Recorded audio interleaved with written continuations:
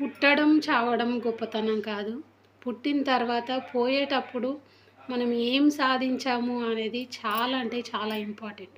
కాబట్టి ప్రతి మనిషి జీవితంలో అసలు మన లైఫ్ ఏంటి? మనం ఎక్కడికి వెళ్తున్నాం? ఏంటి?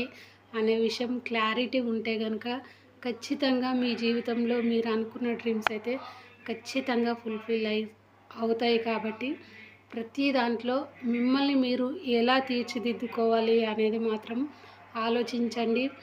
ప్రపంచాన్ని మొత్తం మీరు పట్టించుకున్నారు అంటే మీరు వెళ్ళే దారి అనేది ఎప్పటికి కూడా చేరుకోలేరు. కాబట్టి మీరు వెళ్ళే దారిలో ముళ్ళుంటాయి, రాళ్ళుంటాయి. ప్రతి అడ్డమైన మనిషి మాట్లాడే వాళ్ళు ఉంటారు. వాళ్ళ గురించి నువ్వు పట్టించుకున్నావు అంటే నీ దారిని నువ్వు ఎప్పటికీ చేరుకోలేవు. జీవితంలో నువ్వు చనిపోయేంత వరకు కూడా నువ్వు వెళ్ళాలనుకున్న దారిని